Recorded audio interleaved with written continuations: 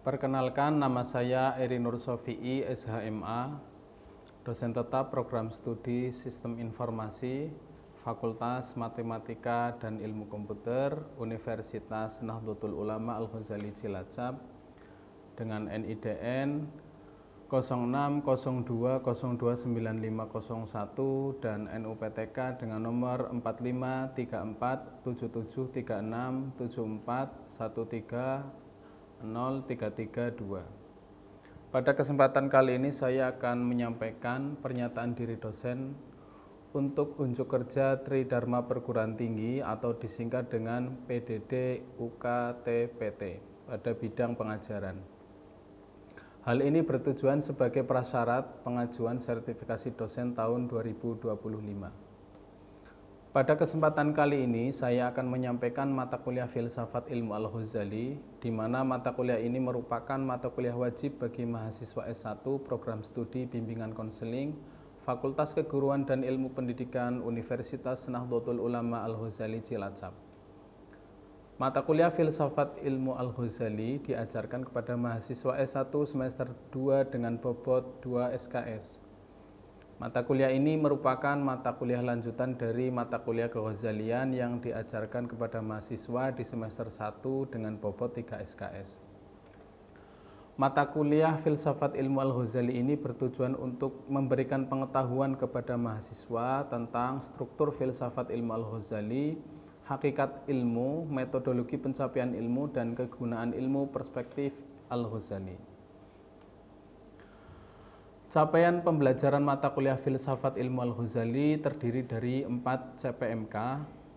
CPMK yang pertama adalah mahasiswa mampu menjelaskan secara kritis konsep dasar filsafat ilmu dalam perspektif Al-Ghazali, yaitu epistemologi, ontologi, dan aksiologi.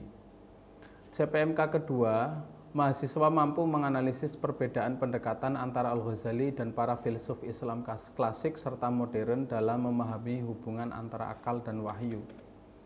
CPMK ketiga, mahasiswa mampu mengevaluasi relevansi pemikiran Al-Ghazali terhadap problematika keilmuan dan pendidikan Islam kontemporer, terutama dalam integrasi ilmu nakli dan ilmu akli. CPMK keempat, mahasiswa mampu merumuskan pemikiran kritis dan solutif berbasis nilai-nilai spiritualitas dan etika Al-Ghazali dalam menjawab tantangan perkembangan ilmu pengetahuan. Dari CPMK tersebut kemudian diturunkan kepada sub CPMK pada mata kuliah Filsafat Ilmu Al-Ghazali yang terdiri dari 6 sub CPMK.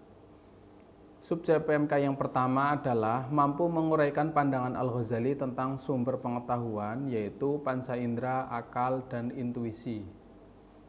Yang kedua, mampu merumuskan sintesis antara akal dan wahyu dalam perspektif Al-Ghazali. Yang ketiga, mampu menganalisis kritik Al-Ghazali terhadap filsuf-filsuf rasionalis. Yang keempat, mampu menilai kritik Al-Ghazali terhadap ilmu-ilmu yang tidak mendekatkan diri kepada Allah. Yang kelima, mampu mengintegrasikan nilai-nilai akhlak dan spiritual dalam menganalisis isu-isu kontemporer keilmuan, misalnya sains modern dan teknologi. Yang keenam, mampu menyusun esai atau makalah filsafat ilmu dengan perspektif etika dan sufistik Al-Ghazali. Adapun materi pembelajaran yang ada pada mata kuliah Filsafat Ilmu Al-Ghazali terdiri dari yang pertama adalah orientasi perkuliahan dan pengantar mata kuliah Filsafat Ilmu Al-Ghazali, yang kedua pengertian Filsafat Ilmu Al-Ghazali, yang ketiga hakikat ilmu sebagai problem filsafat, yang keempat struktur Filsafat Ilmu Al-Ghazali, yang kelima hakikat ilmu menurut konsep Al-Ghazali, yang keenam ontologi Filsafat Ilmu Al-Ghazali, yang ketujuh hukum kausalitas, yang kedelapan ujian tengah semester atau UTS, yang kesembilan potensi-potensi yang ada pada diri manusia, yang kesepuluh epistemologi Filsafat Ilmu Al-Ghazali, yang kesebelas metodologi pencapaian ilmu dan parameter kebenaran ilmu, yang ke-12 klasifikasi ilmu perspektif Al-Ghazali, yang ke-13 aksiologi Filsafat Ilmu Al-Ghazali, yang ke-14 kaidah-kaidah penerapan ilmu dalam praksis, yang ke-15 analisis kritis atas Filsafat Ilmu Al-Ghazali, dan yang ke-16 adalah ujian akhir semester atau UAS. Yang selanjutnya adalah aspek penilaian. Di sini terdapat 5 aspek, yaitu proses, kemudian UTS, UAS, tugas, dan kehadiran. Adapun proses yaitu 15%. Pada proses ini, penilaian ini mencakup keterlibatan aktif mahasiswa dalam proses pembelajaran di kelas dan di luar kelas, seperti misalnya partisipasi diskusi di kelas, kemampuan berpikir kritis, dan interaksi aktif. UTS 25% meliputi kesesuaian jawaban dengan konsep, logika argumen, keterpaduan pemikiran, dan orisinalitas. UAS 30% meliputi pemahaman komprehensif, sintesis gagasan, kedalaman refleksi filsafat ilmu Al-Ghazali. Tugas mandiri maupun kelompok 20%, yaitu membuat makalah yang sesuai dengan ketepatan isi, argumentasi, sumber rujukan, format ilmiah, dan kerjasama untuk tugas kelompok. Dan yang terakhir adalah presentasi individu atau kelompok. Kemudian kehadiran, yakni berdasarkan jumlah kehadiran fisik. Minimal kehadiran yaitu 75% dari total pertemuan untuk dapat mengikuti ujian. Referensi yang saya gunakan dalam mengajar mata kuliah ini adalah yang pertama, buku berjudul Filsafat Ilmu Al-Ghazali, Dimensi Ontologi dan Aksiologi yang ditulis oleh Saiful Anwar, penerbit Bandung, Pustaka Setia tahun 2007. Kemudian yang kedua adalah buku berjudul Antara Al-Ghazali dan Kant, Filsafat Etika Islam yang ditulis oleh Amin Abdullah, Yogyakarta, Irjisod tahun 2020. Yang ketiga adalah kitab Ihya Ulumiddin yang ditulis oleh Imam Al-Ghazali, penerbit Al-Hidayah Surabaya tahun 2024. Kemudian kitab Maqasid Al-Falasifah yang ditulis oleh Imam Al-Ghazali, penerbit Al-Hidayah Surabaya tahun 2009. Yang kelima, kitabnya Al-Ghazali, Tahafut Al-Falasifah yang ditulis oleh Imam Al-Ghazali, penerbitnya Al-Hidayah Surabaya tahun 2007. Kemudian adapun jurnal-jurnal, ya, antara lain adalah jurnal berjudul Epistemologi Islam Perspektif Al-Ghazali yang ditulis oleh Ahmad Syafi'i, yaitu jurnal filsafat, Konsep Ilmu dalam Perspektif Al-Ghazali dan Relevansinya dengan Ilmu Modern yang ditulis oleh M. Yasir Nasution, terbit di Jurnal Ilmu Usuluddin. Yang selanjutnya Tahafut Al-Falasifah dan Kritik Al-Ghazali terhadap Filsafat Yunani yang ditulis oleh M. Iqbal Riyadi yang terbit di Jurnal Studi Ilmu-Ilmu Keislaman At-Tahrir. Kemudian yang selanjutnya Filsafat Ilmu dalam Perspektif Islam, Kritik terhadap Epistemologi Barat yang ditulis oleh Ahmad Fauzi yang terbit di Jurnal Fikrotuna. Metode pembelajaran yang saya pakai, saya menggunakan metode ceramah dan diskusi interaktif. Saya juga menggunakan media PowerPoint dalam pembelajaran. Kemudian dalam kegiatan interaktifnya saya berinteraksi dengan mahasiswa di dalam kelas, dimulai dengan pembukaan perkuliahan, mengecek kehadiran, dilanjutkan dengan penyampaian materi dan tanya jawab. Untuk selanjutnya kita akan menyaksikan video pembelajaran saya bersama mahasiswa program studi bimbingan konseling Fakultas Keguruan dan Ilmu Pendidikan Universitas Nahdlatul Ulama Al-Ghazali Cilacap pada mata kuliah Filsafat Ilmu Al-Ghazali dengan materi Klasifikasi Ilmu Perspektif Al-Ghazali pertemuan ke-12. Assalamualaikum warahmatullahi wabarakatuh. Waalaikumsalam warahmatullahi wabarakatuh. Selamat pagi semuanya. Pagi. Sehat semuanya? Alhamdulillah sehat. Oke, pada pertemuan kali ini ya kita akan mempelajari mata kuliah Filsafat Ilmu Al-Ghazali ya dengan materi klasifikasi ilmu menurut Imam Al-Ghazali. Oke, sebelum kita mulai perkuliahan ini, alangkah baiknya kita berdoa terlebih dahulu. Berdoa mulai.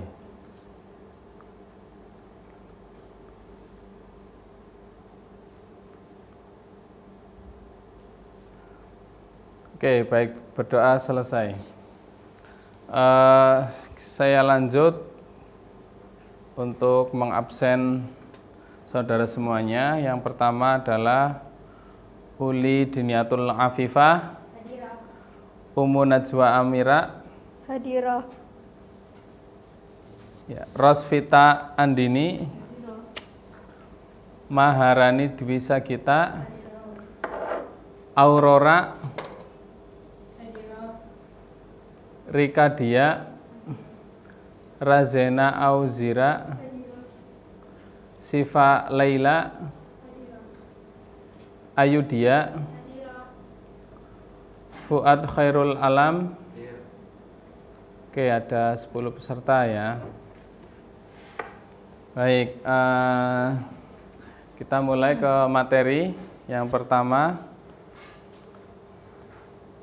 tujuan dari pembelajaran ya. Yang pertama adalah memahami latar belakang klasifikasi ilmu dalam Islam. Yang kedua, menjelaskan konsep klasifikasi ilmu menurut Imam Al-Ghazali. Yang ketiga, mengidentifikasi sumber ilmu. Yang keempat, menganalisis hierarki keilmuan dalam perspektif Imam Al-Ghazali. Oke, latar belakang masalah ilmu dalam Islam tidak diposisikan setara seperti dalam tradisi Barat. Jadi ada perbedaan antara kedudukan keilmuan di Barat ya dan di Islam. Kalau di Barat itu orang mempelajari ilmu pengetahuan itu intinya mereka bisa mengerti ya, bisa mengerti dan membuktikan secara empiris. Tapi kalau di dalam Islam, khususnya Imam Al-Ghazali, itu kita tidak hanya sebatas mengetahui ilmu pengetahuan saja, tidak hanya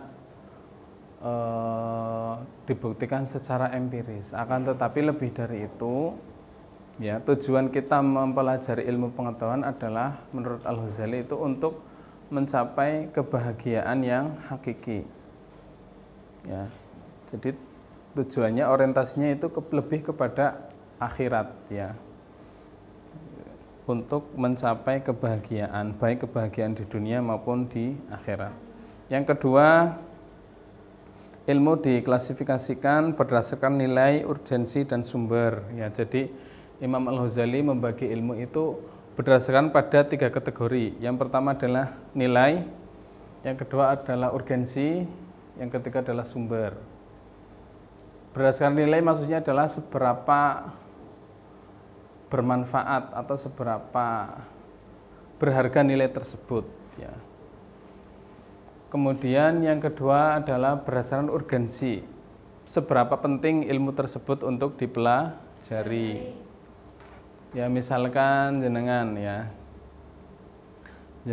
mau menjadi dokter, misalkan cita-cita menjadi dokter, otomatis urgensinya adalah jenengan penting untuk kuliah di bidang kedokteran ya, itu urgensi. Yang ketiga adalah sumber ya, sumber dari ilmu.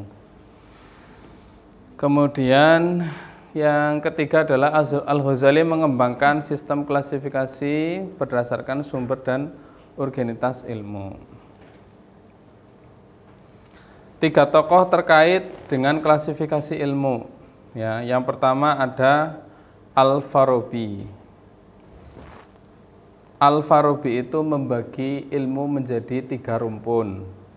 Ya, Imam Al-Farabi. Yang pertama adalah ilmu yang bersifat filosofis dan religius, itu namanya ilmu teologi. Ilmu teologi apa? Ada yang tahu enggak? Ya, ilmu teologi itu ilmu yang mempelajari tentang ketuhanan. Ilmu yang mempelajari tentang ketuhanan dan ilmu yang mempelajari tentang agama ya, tentang teologi. Tidak hanya Islam ya, Kristen, Buddha, Hindu itu masuk dalam teologi, kategori teologi. Yang selanjutnya adalah alat ya. Ilmu alat sama halnya dengan ilmu logika dan matematika. Ilmu alat itu ya ilmu yang bersifat logika, ilmu yang bersifat rasional. Ya, itu namanya ilmu alat. Yang kedua, tokoh Islam selanjutnya yaitu Ibnu Khaldun. Ya. Ibnu Khaldun membagi ilmu menjadi dua. Ada ilmu nakliyah, ada ilmu akliyah. Ya, kalau ilmu nakliyah adalah ilmu yang bersumber dari wahyu. Ilmu yang bersumber dari dalil-dalil nas, yaitu ada Al-Qur'an, kemudian hadis, ya, itu ilmu nakli. Pokoknya kalau ada kata-kata nakli itu pasti merujuknya ke Al-Qur'an dan hadis. Seperti jenengan kalau ditanya dalil nakli itu apa? Ya, dalil nakli adalah dalil yang bersumber dari Al-Qur'an dan Al-hadis. Yang kedua, ilmu bersifat ngakliyah, akliyah, ya. Akli itu artinya akal. Akal. Ya. Itu artinya akal. Berarti ilmu akliyah adalah ilmu yang berbasis rasional atau bersumber dari akal, dari akal manusia. Itu ilmu akliyah. Yang ketiga, ya, ini Imam Al-Ghazali, ya.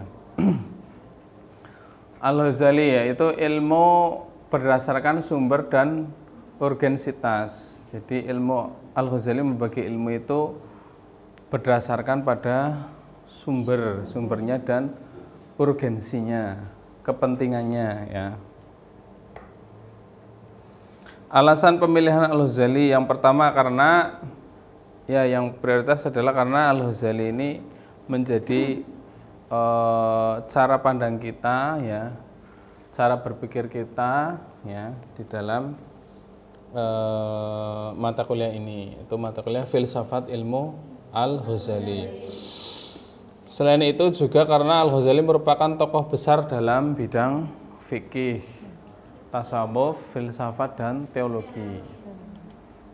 Ya, makanya kita mengambil tokoh Al-Ghazali. Yang kedua, hidup di masa kejayaan dan disintegrasi antara peradaban Islam. Yang ketiga, pemikirannya masih sangat berpengaruh, ya, khususnya di kaum Sunni dan di pesantren. Ya, rata-rata kalau pesantren, apalagi pesantrennya itu santrinya banyak, pesantrennya udah lama, itu biasanya mengkaji kitab-kitab karya Imam Al-Ghazali. Ya. Ada yang mondok di Al-Ihya?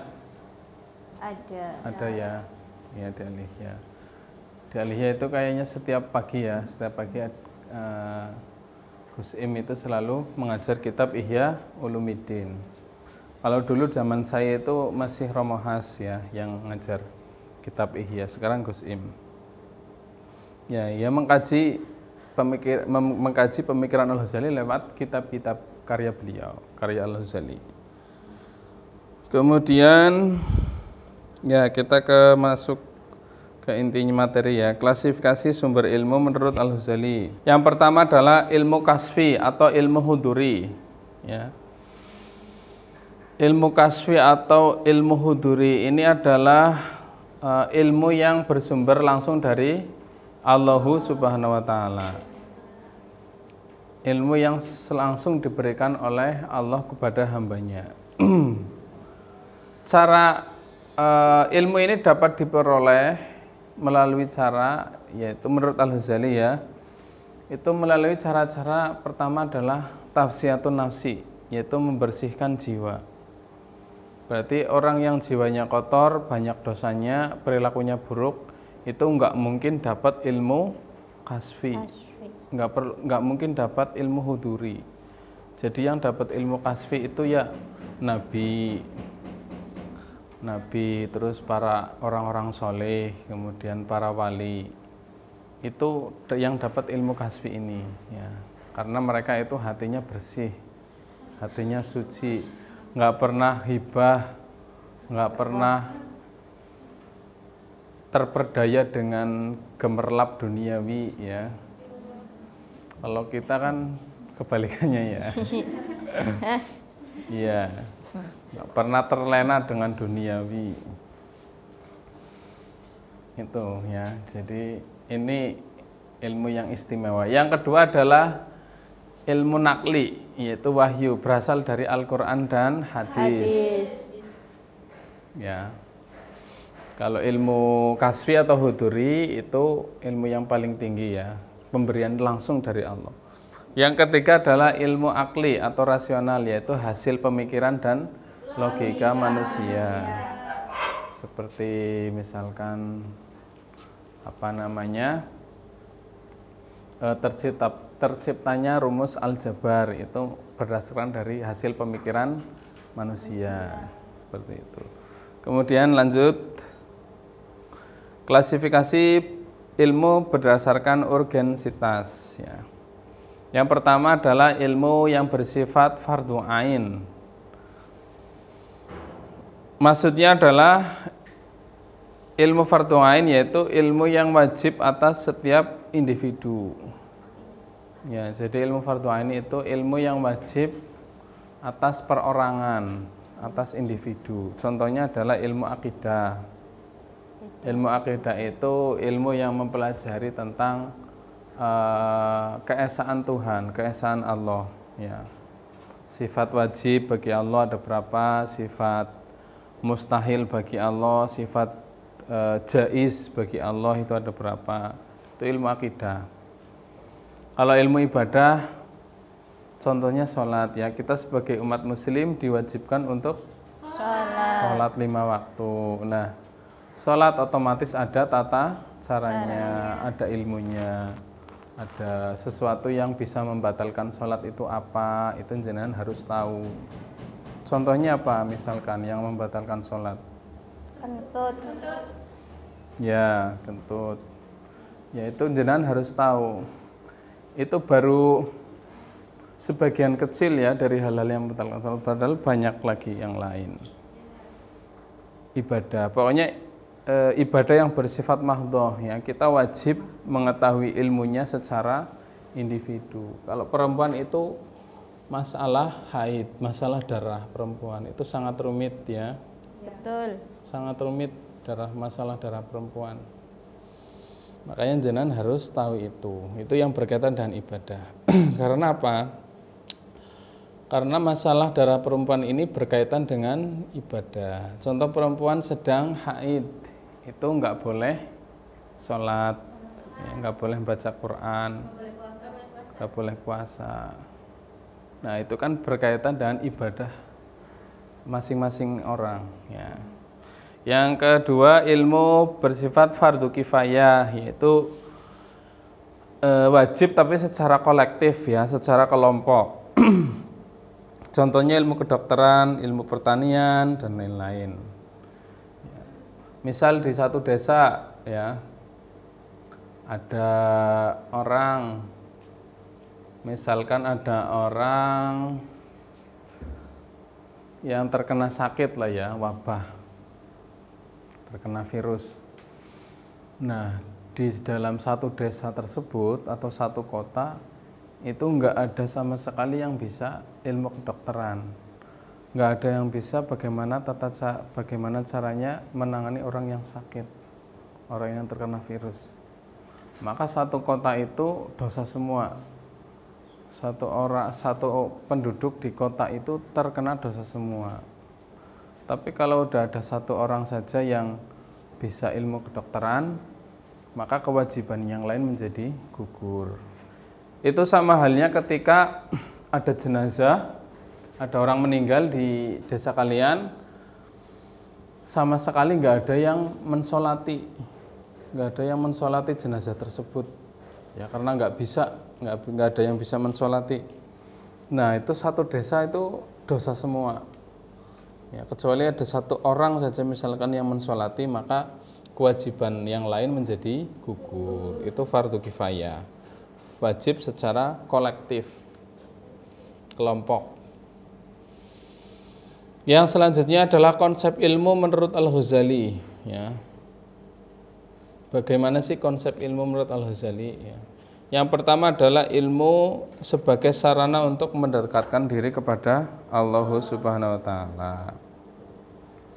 Ya otomatis orang yang memiliki ilmu pengetahuan itu pasti dia berbeda dengan orang yang tidak memiliki pengetahuan. Contohnya saja misalkan orang yang mengerti ilmu pengetahuan, contoh kecil.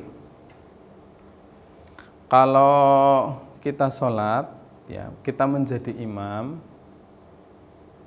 itu kondisional. Kalau jamaahnya banyak yang sudah tua renta, ya jalan aja udah pakai tongkat, pakai teken, itu kita wajib membaca suratan yang pendek, suratan yang proporsional, nggak kepanjangan, nggak kependekan.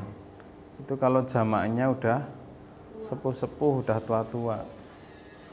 Tapi kalau jamaahnya itu kelihatannya masih fresh, ya, jamaahnya masih muda-muda, itu kita boleh pakai surat yang agak panjang.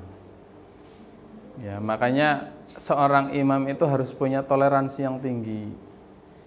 Udah tahu jamaah, kalau jamaah subuh ya biasanya kan banyak orang tua. Jamaah subuh banyak orang tua, ya orang yang kalau berdiri saja sudah susah. Yang dibaca itu surat Yasin. Misalkan. Kan bisa berdiri sampai 20 menit itu. Nah, itu tadinya ibadahnya udah senang, jamaah ke masjid udah senang rasanya, karena imamnya suratnya kepanjangan jadi makruh. Jamaahnya besok bubar, ya nggak jamaah lagi. Ya, itu perbedaan orang yang berilmu dan tidak berilmu. Oke, dilanjut diskusi. Oke, dari materi yang sudah saya sampaikan, silahkan barangkali saudara ada yang mau bertanya. Saya kasih Pak. waktu. Oke, silahkan. Ya, Pak, izin bertanya. Oke. Mengapa ilmu kasyfi itu menjadi ilmu yang paling tinggi? Oke, terima kasih atas pertanyaannya ya. Oke, pertanyaan yang bagus ya. Jadi, mengapa ilmu kasyaf atau ilmu huduri itu menjadi ilmu yang paling tinggi dibanding yang lain? Bentar, mana? Karena yang pertama adalah ilmu kasyaf itu cara memperolehnya itu tidak mudah, ya. Tidak semua orang bisa mendapatkan ilmu kasyaf, butuh usaha yang sulit, ya. Antara lain adalah tazkiyatun nafsi, membersihkan hati, kemudian riyadhah, kemudian selalu mendekatkan diri kepada Allah, ya, bersungguh-sungguh dalam ibadah, menghindari perbuatan-perbuatan dosa, dosa kecil maupun besar, tidak berlebihan dalam tidak berlebihan dalam memandang harta benda, ya. Intinya kita menggunakan harta benda itu sesuai dengan kecukupan kita, ya, tidak berlebih-lebihan, atau istilah lainnya zuhud, ya, menggunakan harta benda sesuai dengan kebutuhan, ya. Itu ya, karena itu tadi ya, ilmu kasyaf derajatnya paling tinggi karena cara memperolehnya itu butuh usaha yang sangat luar biasa. Makanya ilmu kasyaf itu hanya dimiliki oleh para nabi, para orang-orang sholih, ya, dan para wali-wali Allah. Tidak sembarangan orang dapat mencapai derajat ilmu kasyaf, ya. Seperti itu ya Mbak, bisa dimengerti ya. Oke, sama-sama. Oke, barangkali itu yang dapat saya sampaikan untuk pertemuan perkuliahan pada pagi hari ini. Terima kasih atas partisipasi dan kehadirannya. Semoga apa yang kita pelajari ini dapat memberi manfaat untuk diri kita dan orang lain. Baik, terima kasih. Saya akhiri. Wallahul muwaffiq ila aqwamit thoriq. Wassalamualaikum warahmatullahi wabarakatuh.